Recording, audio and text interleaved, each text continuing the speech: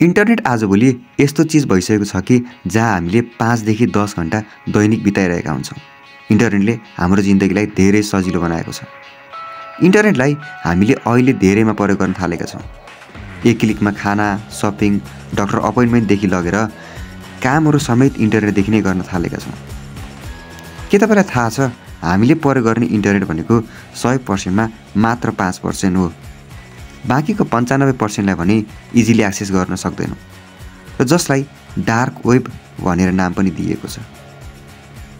यस वेबमा हामीले खानालाई सजिलै अर्डर गरे जसरी त्यहाँ ड्रग्स र वेपन्सहरूको बिक्री वितरण हुन्छ र हामी जति सजिलै मुभिजहरू हेर्छौँ त्यहाँ उनीहरूले सजिलै टर्चर गरेको र मारेको भिडियोहरू हेर्ने गर्छन्। केही दिन अगाडि भाइरल भएको रेड रुमको बारेमा त पक्कै पनि सुन्नुभयो होला। रेड रुमको रियल भिडियो भने हामीले प्रयोग गर्ने इन्टरनेटमा जता खोजे पनि पाउँदैनौँ, किनभने हामीले प्रयोग गर्ने इन्टरनेटमा सेन्सिटिभ कन्टेन्टहरू अपलोड गर्न भने मिल्दैन र त्यो अटोमेटिक डिलिट भइहाल्छ। डार्क वेब, तपाईँहरूलाई यी सबै कुराहरू एउटा मुभी जस्तै लाग्छ होला। तपाईँहरूले इन्टरनेटमा भाइरल भइरहेको नयाँ खालको डिप सी क्रिएचरहरू पक्कै पनि इन्टरनेटमा देख्नुभयो होला, जसलाई हेर्दा मनमा यस्ता माछा पनि पाइँदो रहेछ भन्ने पक्कै पनि लाग्यो होला, जसका नामहरू पनि यस्ता थिए कि हामीले कहिल्यै पनि सुनेका थिएनौँ। त्यस्तै हाम्रो इन्टरनेटभित्र पनि यस्ता चिजहरू लुकेका छन् कि जुन हामीले कल्पनै गर्न सक्दैनौँ। यो भिडियोमा भनिएको सबै भने एउटा शिक्षाको लागि मात्र हो। तपाईँहरूले यसलाई प्रयोग गर्ने कोसिस पनि नगर्नुहोला,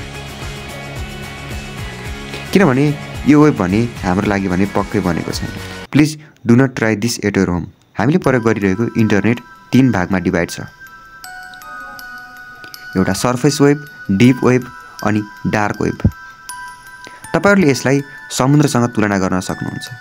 समुद्रमा जहाँ बोट तैरिन्छ त्यसलाई सर्फेस वेब र जहाँसम्म सूर्यको प्रकाश पुग्छ र मानिसहरू पुग्न सक्छन् त्यसलाई डिप वेब र जहाँ न प्रकाश हुन्छ न त कोही पुग्न नै सक्छन् र त्यहाँ न त कोही पहुँच नै हुन सक्छ, त्यसलाई भने डार्क वेबमा तुलना गर्न सकिन्छ। र सर्फेस वेब जसलाई हामीले इजिली एक्सेस गर्न सक्छौँ र त्यो वेबमा बेसिक इन्फर्मेसनहरू प्राप्त गर्न सकिन्छ। तर यसमा हामीले अरूको पासवर्ड, अरूको प्राइभेट इन्फर्मेसन पक्कै पनि पाउँदैनौँ।